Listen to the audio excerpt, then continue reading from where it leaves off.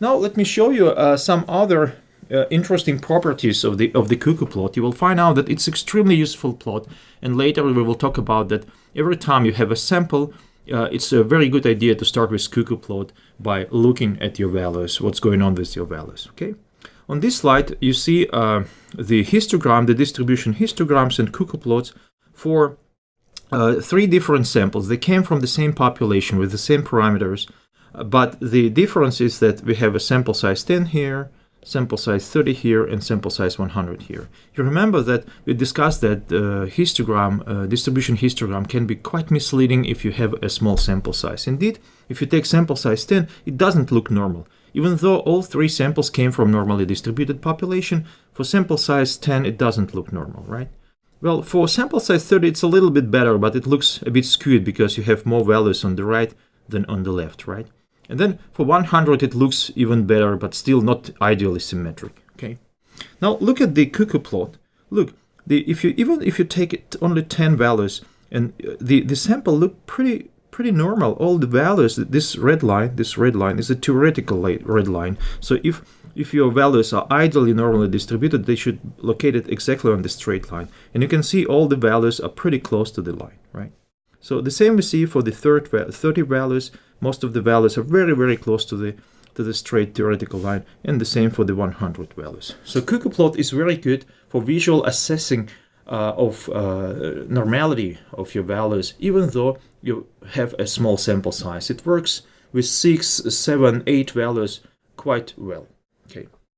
The second thing is, let's look how values coming from different distributions look on the cuckoo plot. So this, I have 3 different distributions here. Let's start the first one. So this distribution is skewed.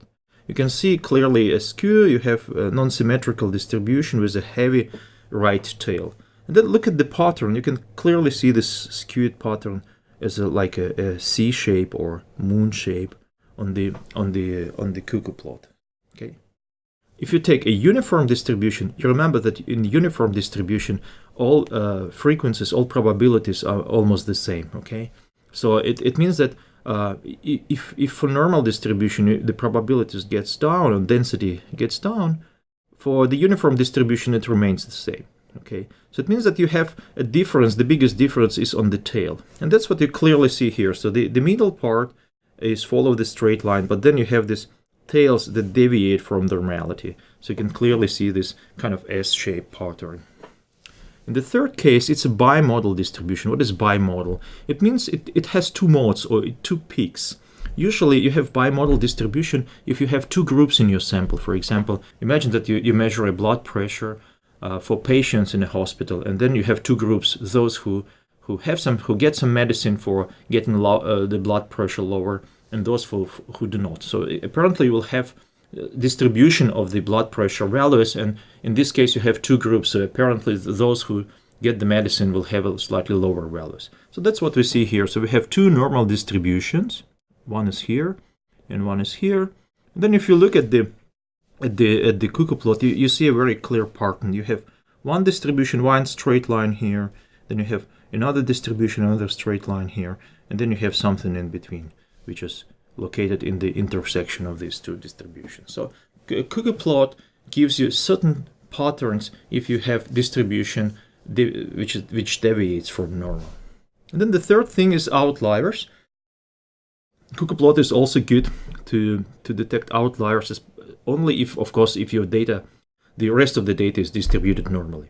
So if you start with the first plot, that's the distribution histogram. You see it's good. In this case, the sample size is 200.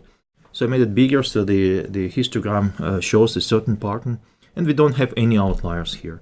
And if you look at the cuckoo plot, you see a very straight line. So you don't have any points that deviate from the straight line.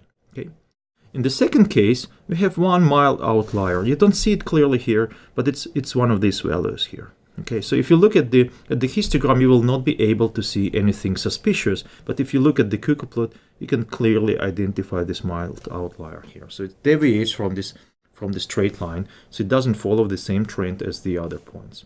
Then here I added more outliers. It's like 3 outliers here. Then some of them are more extreme, some of them are less. Then you can clearly see these 3 points here. Okay, so the they deviate from the general trend of the straight line. Okay, so cuckoo plot is extremely good for first looking at your data. What's going on with your data? Is it distributed normally?